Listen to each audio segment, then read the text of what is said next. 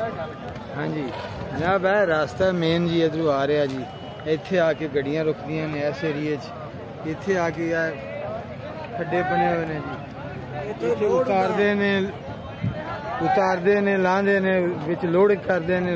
लाहौर, पेशावर, कराची, मुख्तलिफ इलाके के लोग जिन्हें सारे इत्थों क्वेटा तक, काबल तक लोग इत्थे आके उतारते हैं, फिर खरीद के इत्थों ही लोड करके इत्थों ही लैके जाते हैं। नाल बैक साइड ते दीवार इहदे अंदर इत्थे ही आए रोज वारदातां होंदियां ने जनाब, जिंदा अज तक कोई तदारक नहीं किया जा रहा। जिहदे विच आके तकरीबन 16 लाख, 1.25-2 लाख रुपए का जानवर, 2,30,000 रुपए का। मेरा परसों जिहड़ा है 14 तरीक वाले दिन मैनू वरगला के नशावर चीज़ां दे के छीनिया गया।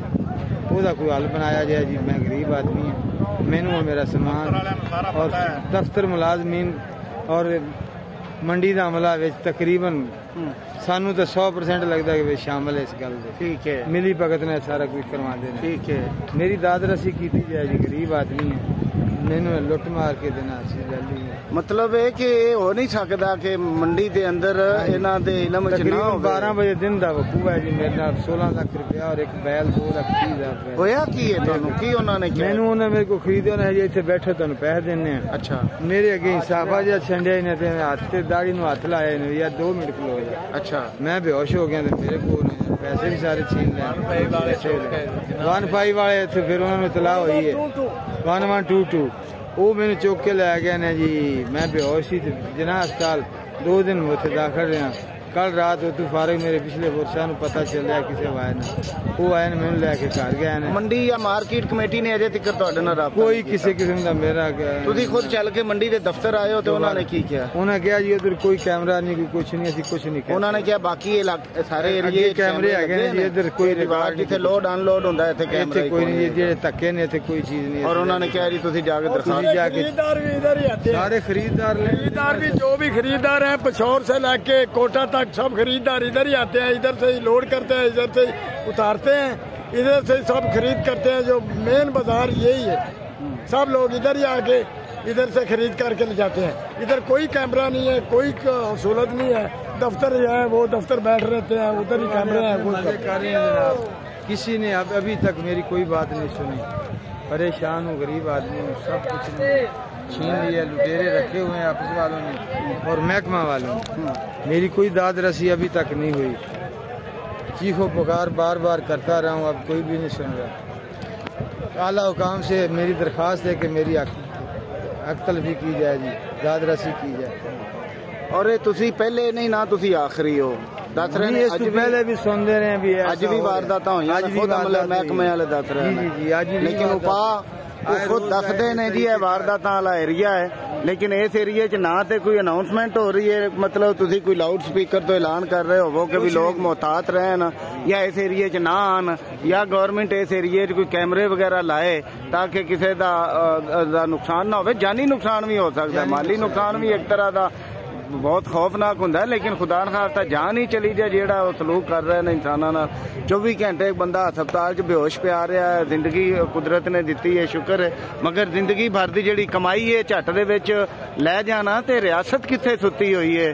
जिहड़ी रियासत कानून बनाती है कि जी माल और जान दी मुहाफज है, उन्हां नूं चाहीदा है। और जिहड़े मजीद इत्थे टैक्स लैंदे ने, सारी जिम्मेदारी लैंदे ने, उन्हां नूं भी ख्याल करना चाहिए, जवाबदेह होना चाहिए कि भी लोगों की उम्र भर की जिहड़ी जमा पूंजी वो क्यों इत्थे आके ते वो चालबाज़ां दे हत्थे चढ़ जाती है। यकीनी तौर पर इन्हां दी मिली भगत के बगैर मुमकिन ही नहीं हैगा।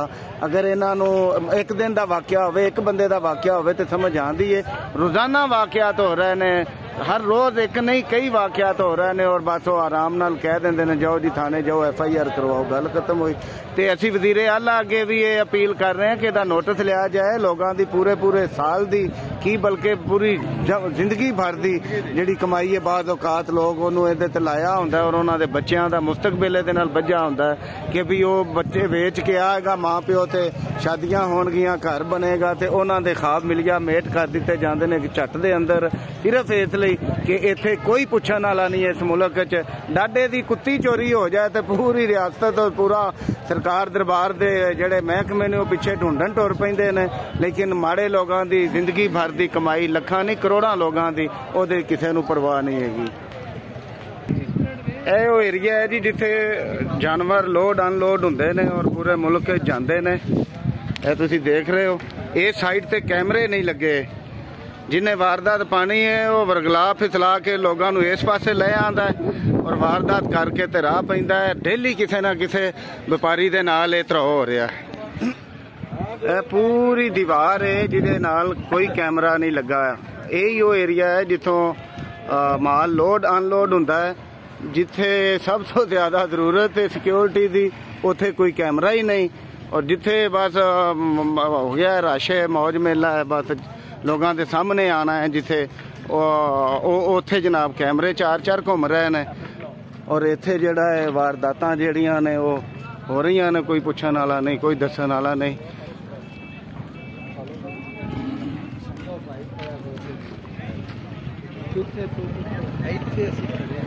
ਇੱਥੇ ਮੇਰਾ ਸੌਦਾ ਹੈ, ਇੱਕ ਦਿਨ ਗਿਆ ਹੈ ਔਰ ਇੱਥੇ ਟਰੱਕ ਇੰਦੇ ਖੜੇ ਸਨ, ਪਿਛਲੇ ਪਿਛਾਂ ਖੜੇ ਸਨ।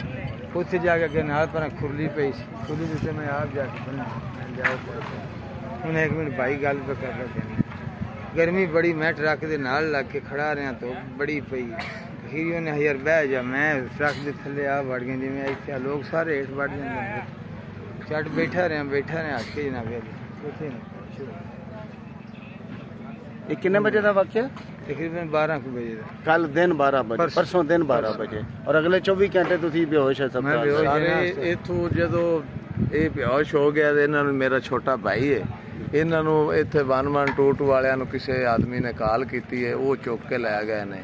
ਇਹਨਾਂ ਦਾ ਕਾਲ ਪਿਛਾ ਸਾਡੇ ਹਬੀਬਾਬਾਦ ਸ਼ਹਿਰ ਵਿੱਚ ਉੱਥੇ ਇਤਲਾਹ ਸਾਨੂੰ ਮਿਲੀ ਵੀ ਇਸ ਤਰ੍ਹਾਂ ਯਾਰ ਇਸ ਨਾਂ ਦਾ ਬੰਦਾ ਹੈ ਤੇ ਉਹ ਬੇਹੋਸ਼ ਹੈ ਤੇ ਮੰਡੀ ਦੇ ਵਿੱਚੋਂ ਅਸੀਂ ਚੁੱਕ ਕੇ ਤੇ ਜਿਨ੍ਹਾਂ ਹਸਪਤਾਲ ਵਿੱਚ ਅਸੀਂ ਇਹਨੂੰ ਦਾਖਲ ਕਰਾਈ ਜਾਂਦੇ। ਅਸੀਂ ਉੱਥੋਂ ਚੱਲੇ ਹਾਂ ਗੱਡੀ ਲੈ ਕੇ, ਅਸੀਂ ਹਸਪਤਾਲ ਪਹੁੰਚੇ ਹਾਂ।